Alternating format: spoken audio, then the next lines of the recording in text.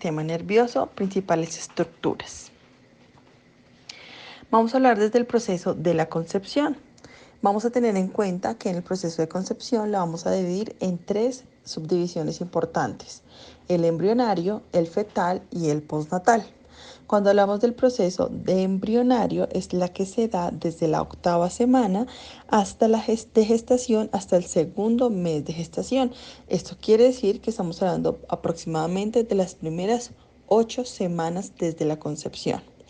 ¿Qué tenemos que tener en cuenta en este aspecto? Que vamos a hablar de la formación del tubo neural, más unas estructuras que son precursoras del sistema nervioso, así como vamos a hablar de la proliferación, que en este caso vamos a hablar que continúa todo este proceso hasta que cumplimos cerca de nuestra 3ª década de vida. En el siguiente ítem del proceso de concepción o básico del desarrollo del sistema nervioso hablaremos del proceso fetal, que inicia a partir de las 9 semanas hasta el momento del nacimiento. Aquí vamos a hablar que hay una estructura interna de las neuronas, de la glía, la migración y toda la organización y mielinización de este proceso de concepción. Y finalmente llegamos al postnatal, que es a partir del nacimiento. Para poder continuar con este proceso es necesario entender que estos 3 indicativos iniciales se dan a través de las ventanas temporales del sistema nervioso central. Hablaremos de la neurulación de las vesículas precursoras, de la proliferación neuronal, la proliferación glial, la migración, la organización y la mielinización, que como podemos verla, tiene unos tiempos establecidos para el desarrollo en estas ventanas temporales. Iniciaremos entonces por la formación del tubo neural. Cuando hablamos de la formación del tubo neural, vamos a tener en cuenta principalmente que este tubo se va a desarrollar como una placa y que este proceso va a generar una invaginación, que es que se pone redondito como lo vemos en la imagen de color rojo, y esto se va a dar entre los días 20 y 27 de gestación. A eso le vamos a llamar neurulación. ¿Qué implica este proceso? Quiere decir que mamá ni siquiera se ha enterado que está en embarazo cuando este proceso ya prácticamente está formado. En este mismo proceso vamos a hablar que se va a dar la formación del endodermo o la capa más interna. Esta capa va a dar la formación a estructuras del aparato digestivo y respiratorio. Asimismo se va a dar el mesodermo o la capa intermedia del tubo neural, que nos va a originar la estructura como los músculos, los huesos, los cartílagos del sistema vascular. Finalmente, a partir de la capa más externa del tubo neural, la vamos a llamar el ectodermo, y se desarrollarán las células del sistema nervioso, la piel y la parte que va a generar a lo largo de la línea media la formación de placas neurales, un conjunto de células y neuronas y la glía, que van a generar el restante y toda la cobertura dérmica. ¿Qué más tenemos que tener en cuenta sobre este tubo neural? Que al día 25 se cierra la parte más anterior del tubo y esto va a dar lugar al encéfalo, o lo que vamos a llamar la futura médula espinal. De esa misma forma se va a generar la dura madre y las crestas neurales, en las cuales van a dar lugar al sistema nervioso periférico.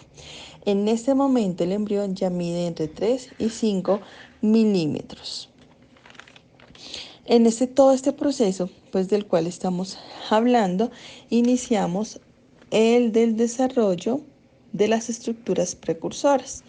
¿A cuál nos estamos refiriendo? Vamos a hablar entonces del desarrollo de la estructura precursora del sistema nervioso, que en este caso serían las etapas trivesiculares o cómo se desarrolla ese tubo neural. Aquí en este desarrollo vamos a hablar que en primer momento vamos a ver como 3 tubitos y que estos 3 se forman el prosencéfalo, el mesencéfalo y el romboencéfalo. ¿Qué implica cada uno de estos? Que cuando vamos creciendo se empieza la etapa de pentaventricular, pasa de triventricular, es decir, de 3 globitos, pasa a tener 5. Quiere decir que del prosencéfalo o el cerebro anterior se convierte en el telencéfalo o el hemisferio cerebral. Del mesencéfalo, del prosencéfalo también se convierte en el diencéfalo, el tálamo o el hipotálamo. Del siguiente, que es el mesencéfalo, sigue siendo el mesencéfalo. Del siguiente, que es el romboencéfalo o el cerebro posterior, vamos a hablar que se divide en dos, en el mesencéfalo o protuberancia y en el melencéfalo, que vamos a hablar que es el bulbo raquídeo. Toda la punta continua que está en la parte de abajo se va a llamar médula espinal. Ahí en esta imagen podemos también identificar que vamos a ver cómo se ubican estos pliegues, tanto el encefálico, el pliegue pontino, los agujeros, la formación intraverticular que se dan a través de la parte superior de este desarrollo neuronal. La mielinización. Una vez los oligodendrocitos llegan a su destino, empiezan a diferenciarse y a generar la membrana de mielina que recubre los axones y permiten el crecimiento de la velocidad de conducción axonal.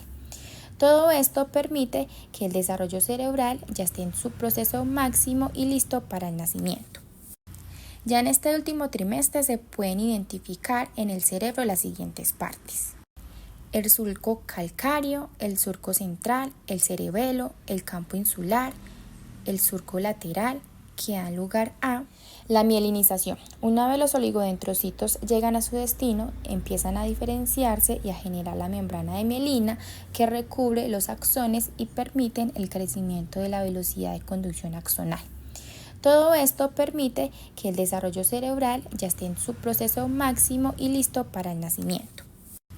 Ya en este último trimestre se pueden identificar en el cerebro las siguientes partes: el surco calcáreo, el surco central, el cerebelo, el campo insular, el surco lateral, que dan lugar a. Quiere decir entonces que las 4 últimas ventanas temporales han llegado a su primera etapa y estamos listos para entender qué sucede en el momento postnatal o posterior al nacimiento. A nivel del desarrollo del cerebro, encontramos que ya podemos ver la diferenciación entre los lóbulos: el lóbulo frontal, el lóbulo parietal y el lóbulo occipital. Y dentro de ellos podemos observar los surcos centrales y laterales y también la médula y el cerebelo. Otras características del desarrollo del cerebro es que como tal está cubierto por las membranas meníngeas que lo protegen.